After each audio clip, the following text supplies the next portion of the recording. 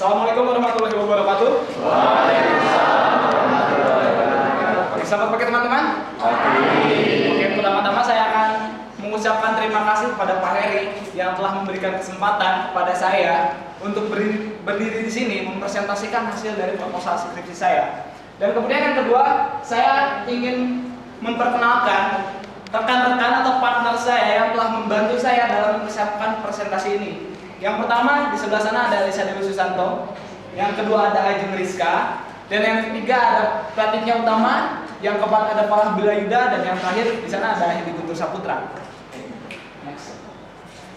Oke, di sini saya akan mempresentasikan hasil dari proposal skripsi saya yang berjudul pengaruh rasio profitabilitas, likuiditas, leverage, size, tingkat suku bunga SBI, dan nilai tukar rupiah terhadap return saham perusahaan non perbankan LQ45 yang terdaftar di Bursa Efek Indonesia pada tahun 2010 sampai tahun 2012. Nah, di sini kita bisa lihat ada 5 poin dari latar belakang saya. Saya akan menjelaskan secara keseluruhan secara sekaligus. Oke, sebagaimana kita ketahui bahwa investasi di Indonesia itu sekarang sudah tidak hanya lagi berpatokan kepada sektor-sektor properti atau pada emas, tetapi sekarang investor sudah mulai menanamkan modalnya itu dalam bentuk lain. Salah satunya adalah saham, di mana tetap tujuan utama investor dalam melakukan investasi dalam bentuk saham ini adalah untuk menghasilkan return atau keuntungan dari investasinya tersebut. Tapi di sini, sebagaimana kita ketahui juga bahwa saham itu memiliki resiko yang sangat tinggi karena sifatnya itu yang sangat peka terhadap isu-isu yang terjadi dalam perusahaan itu maupun dari luar perusahaan.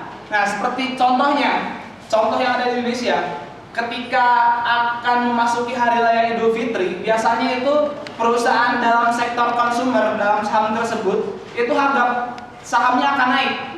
Kenapa? Karena tingkat konsumen dari masyarakat pun meningkat menjelang hari raya tersebut. Contohnya saat kemarin Idul Fitri kemarin tahun ini, itu harga saham Unilever teruslah meningkat karena tingkat konsumen pun itu sangat tinggi dalam membeli produk dari Unilever. Kemudian contoh baik untuk seorang investor, dan sekarang ada contoh buruknya. Seperti yang kita ketahui bahwa harga rupiah yang tadinya hanya sekisaran 9.000 dan baru tadi pagi saya lihat itu harganya kisaran 12.300. Nah, tentu ini merupakan anjloknya rupiah yang sangat parah kalau menurut saya, karena nantinya akan berpengaruh juga pada perusahaan, terutama perusahaan yang melakukan ekspor dan impor dalam membeli bahan baku ataupun menjual produk barang dagangannya. Nah, kemudian contoh yang lebih luas lagi, itu ada krisis ekonomi di Amerika Serikat yang berdampak kepada negara-negara di dunia. Itu pasti akan berpengaruh, terutama juga itu pada perusahaan yang melakukan ekspor dan impor.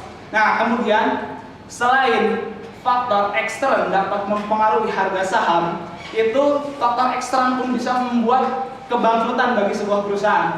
Contohnya itu kemarin ada krisis ekonomi di Eropa, di mana ada 4 perusahaan di sana yang bangkrut. Salah satunya adalah Ford.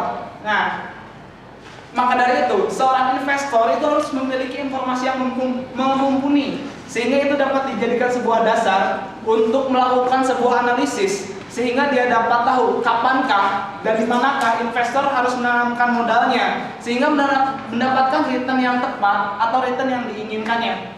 Dan maka dari itu juga saya mengambil judul ini karena dalam judul saya di sini ada 2 faktor, yaitu faktor ekstern dan intern perusahaan yang nantinya akan diuji bagaimana hubungannya dengan return saham.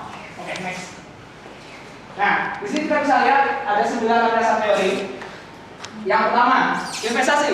Menurut Abdul Halim pada penelitiannya 2002, investasi merupakan sejumlah dana yang ditanamkan di masa kini dengan tujuan untuk mendapatkan keuntungan di masa yang akan datang. Dan kemudian yang kedua ada saham. Saham menurut Ang pada 97, saham merupakan surat berharga sebagai bukti penyertaan atau kepemilikan sebuah perusahaan oleh pribadi ataupun oleh instansi. Kemudian yang return saham. Nah, sebagaimana kita ketahui bahwa return itu merupakan sebuah hasil atau keuntungan yang diperoleh investor dari hasil investasinya. Dan return saham merupakan hasil atau keuntungan yang diperoleh oleh seorang investor dari hasil investasinya dalam bentuk saham. Kemudian ada rasio profitabilitas yang diwakili oleh ROA. Nah, rasio ini bertujuan untuk mengukur seberapa besarkah tingkat keefektifan perusahaan dalam mengelola sumber daya ekonominya sehingga mendapatkan laba. Kemudian ada likuiditas yang diwakili oleh CR. Ini bertujuan untuk mengukur seberapa besarkah kemampuan perusahaan untuk melunasi kewajiban jangka pendeknya dengan aset lancarnya. Kemudian ada leverage yang diwakili oleh DER. Ini merupakan rasio untuk mengukur seberapa besarkah kemampuan perusahaan dalam melunasi seluruh hutang-hutangnya dengan struktur modal yang dimiliki. Oke. Kemudian yang ketujuh ada size. Size merupakan ukuran seberapa besarkah atau seberapa kecilkah sebuah perusahaan yang dapat dilihat dari tingkat total rata-rata aktiva, total rata-rata penjualan, total penjualan atau total aktiva. Nah, kemudian ada suku bunga SBI. Menurut Tobari pada penelitian tahun 2009 kemarin, suku bunga merupakan tingkat suku bunga yang ditetapkan oleh Bank Indonesia yang nantinya harus dicantumkan dalam laporan keuangan perusahaan. Nah, kemudian ada kurs mata uang. Menurut Sandono, kurs mata uang merupakan perbandingan nilai mata uang dalam negeri atau domestik dengan nilai mata uang asing atau tingkat rupiah yang bisa tingkat rupiah sehingga dapat menghasilkan mata uang asing. Oke, nah di sini ada tata teori. Bisa kita lihat di sini ada 6 variabel bebas dan 1 variabel terikat. Variabel bebas yang pertama adalah profitabilitas yang diwakili oleh ROA. Kemudian yang kedua ada likuiditas yang diwakili oleh CR, dan ada leverage yang diwakili oleh DER, ada size, nilai suku bunga SBI, dan yang terakhir ada nilai tukar rupiah. Di mana nantinya setiap variabel bebas ini akan diuji bagaimanakah hipotesis atau hubungannya terhadap satu variabel terikat yaitu return saham. Nah, kemudian ada metodologi penelitian. Populasi dari penelitian saya adalah perusahaan non perbankan LQ45 yang terdaftar di Bursa Efek Indonesia pada tahun 2010 sampai tahun 2012. Nah, kemudian ada sampel. Teknik pengambilan sampel di sini adalah dengan menggunakan teknik purposive sampling, di mana sampel diambil berdasarkan kriteria yang telah ditentukan. Nah, kriteria yang pertama dalam penelitian saya itu perusahaan yang terdaftar secara beruntun pada tahun 2010 sampai tahun 2012, utamanya itu perusahaan non perbankan LQ45 di Bursa Efek Indonesia. Kemudian yang kedua itu ada perusahaan yang menerbitkan laporan keuangan yang telah diauditnya dalam website Bursa Efek Indonesia atau dalam website perusahaannya itu sendiri, dan juga perusahaan yang menerbitkan ICMD-nya setiap tahun. Kemudian pengambilan data. Di sini metode pengambilan datanya menggunakan metode dokumentasi, dan jenis datanya merupakan data sekunder karena saya mengambil datanya itu dari Bursa Efek Indonesia dan dari BI. Kemudian untuk pengambilan data mengenai tingkat suku bunga dan nilai tukar rupiah itu saya ambil dari website Bank Indonesia. Nah, di sini ada analisis data. Yang pertama ada uji deskriptif, di mana nanti setiap variabel akan dihitung seberapa besar min, median, modus, dan koefisien determinannya. Kemudian yang kedua ada uji asumsi klasik yang dibagi menjadi 4. Yang pertama uji normalitas, yang kedua ada multikolinearitas, yang ketiga ada heteroskedastisitas, dan yang keempat ada autokorelasi, di mana uji ini bertujuan untuk menguji apakah variabel yang saya gunakan di sini layak atau tidak untuk dilanjutkan penelitiannya. Kemudian ada hipotesis. Nah, di sini saya menggunakan uji regresi linear berganda. karena variabel saya menggunakan variabel yang cukup banyak. Kemudian ada uji T, di mana uji ini menguji hubungan secara parsial atau secara satu persatu setiap hipotesis yang ada dalam penelitian saya. Kemudian ada uji F. Uji F itu merupakan uji secara simultan atau secara bersama-sama setiap variabel yang ada dalam penelitian saya. Nah, yang ketiga ini ada uji koefisien determinan S square ini